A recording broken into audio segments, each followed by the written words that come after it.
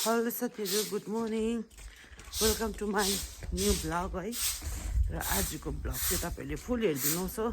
त्यसको लागि चाहिँ तपाईहरुले चाहिँ यहाँ म लिंक दिन्छु है मेरो युट्युब च्यानलको, त्यसमा गएर हेरिदिनुहोस् र युट्युबमा मलाई म र मेरो भगरलाई साथ दिनुहोस् है, माया दिनुहोस्। फेसबुकमा जसरी दिनुभएको छ त्यसरी नै।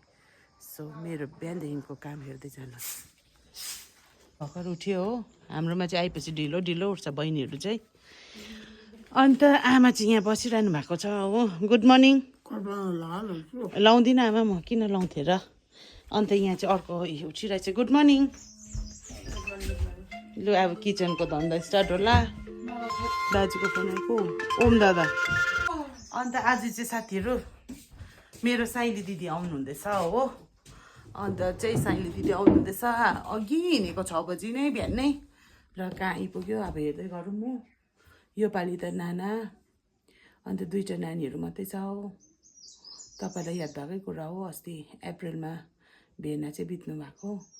अन्त आउनुहोस् न, र भए पनि टिका नआउनु, नभए पनि आउनु, आमासँग भेटेर बातसात गर्नु भनेर बोलाएको। सो अन द वे छ उनीहरू चाहिँ। यहाँ चाहिँ कल्पना नाना आउँदैछ भनेर यहाँ बी काटिदिँदैछ हो। किनभने नानालाई चाहिँ बी पुरा मनपर्छ नि त। अन्त आमालाई चाहिँ भनेको छुइनँ हो। पुग्दैन होला नि, बहिनीले खानाहरू बनाइदिँदैछ नाना आउँदैछ भनेर। यहाँ मुसुरी दाल पाक्दैछ। हाम्रो चाहिँ यस्तरी ठुलो कराइमा पकाउनुपर्छ हो, ठुलो परिवार छ नि त, त्यही भएर। ए बोजू नाति गफ, नातिनी गफ पनि गर्नुहुँदैछ। न्युटेला मिक्स गर्दा हुन्छ ल। भदैनीले चाहिँ फुपूको लागि चाहिँ चिकन बनाइदिँदैछ नानालाई, किनभने नानालाई अलिक सुगर छ नि त। बेसी हाई त छैन, र भए पनि हामीले अब नदिने नि त, त्यही भनेर चाहिँ हेर्नु सक्नुहुन्छ। यहाँ चाहिँ हाम्रो सुँगुरको मासु। आमै पक्रिनु बोल पुरा चिसो भयो। यता चाहिँ अलिक मासुहरू पट्टिको चाहिँ उसले गर्छ हो, पुरा जाम्बेछ क्या हौ चिसो। अन्त यता चाहिँ तिमी चाहिँ भेज खाने हो बहिनी? पाउनको लागि हो यो, कल्पना फुपूको लागि।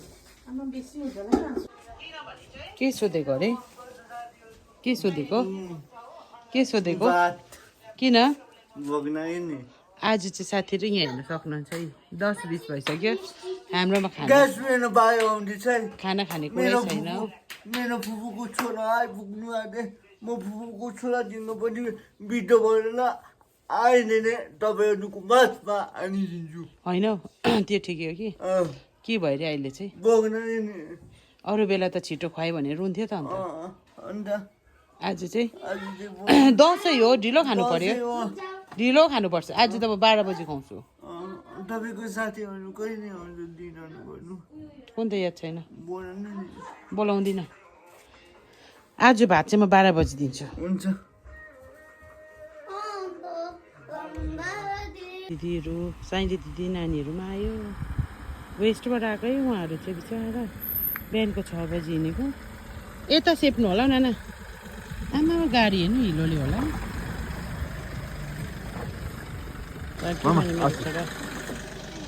अबै कति बजी अहिले? 11:30 भयो। 6 बजी हिँडेको। मेरो मेन कोसेली देखाइदिनु नाना। यो चाहिँ मेरो डिमान्डमा ल्याइदिनु भएको नानाले। यो चाहिँ कुखुरा सुप खाने भने अन्त यी छोरीको। ल आए दाजु खुसी, दाजुको प्यारो बहिनी आइपुगेर। रन्जनाले खाने भने के अन्त यसलाई ल्याइदिएको छु। आमा त रुन्छ पो रुन्छ आमा बित्थामा। Hello guys, see this is sausage. केको ससेज हो? Pork sausage. आमा भोक लाग्यो होला, जाउँ खाना ल। भाउजू आमा आमा के हाल्यो? हेर्नु कसो अरे फेरि भन्नु त। भाउजूलाई लु दसैँको लुगा पनि स्टार्ट भइगयो बाँड्नु। र यो चाहिँ मैले ल्याङखै पारेर ल्याएको छु, भाउजूलाई गिफ्ट हो यो। नयाँ आउने थ्याङ्क यू। चुचीलाई भलाइले त ल्याउँदैन हामीलाई हो गिफ्ट। परिसकेर होला नि त। कुन चाहिँ को ब्रान्डसँग छ त? जाडाको लगाइदिनु। यो चाहिँ कान्छी बहिनी रन्जनालाई। Thank you. म चाहिँ लगाएर ट्राई पनि गरिहाल्छु। गिफ्ट राखिदिएको छु। ल तपाईँलाई मैले ल्याइदिएको नि त। या मनपर्छ कि पर्दैन यस्तै मनपर्छ भनेर साइज पो डाउट भइरहेछ खोइ अहिले हेर्नु त मन पर्यो ला म जाँदा लाउँछु मैले जुत्ता ल्याएन नि फेर्ने अन्त मेरोमा छ त अन्त मन पर्यो थ्याङ्क यू ल कस्तो दामी रहेछ मलाई चाहिँ के ल्याइदिनु भएन अन्त चाहिँ आमा मैले केही ल्याएन आमालाई हो अरू दिदीहरूले ल्याउँछ म त जान्दिनँ छान्नु आमाको अन्त यो मलाई पनि दिनु बाबै लिन हामी खुसी आमालाई लुगा होइन ल्याइदिनु अरू दिदीहरूले चाहिँ लुगा ल्याइदिन्छ म जान्दिनँ नि त त्यस्तो ल्याउनु आमा होइन हिँडेर आएको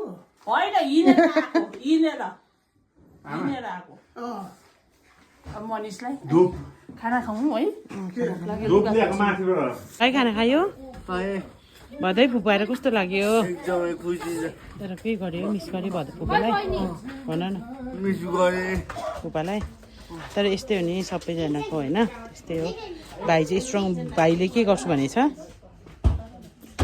के भन्नु सकिनँ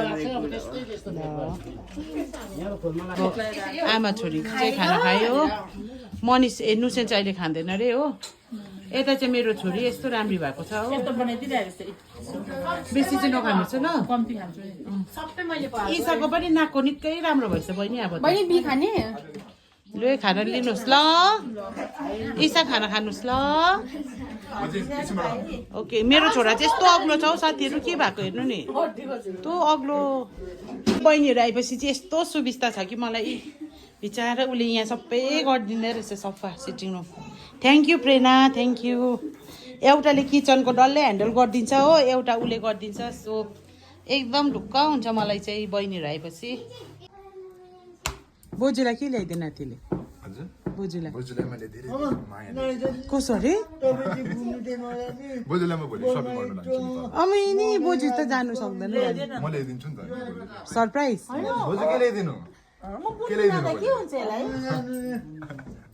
यहाँ पुरा हल्ला भइरहेछ यहाँ त माइक हो सानोस्तिनो माइक हो ऊ चाहिँ माइक हो है माइक हो माइक हो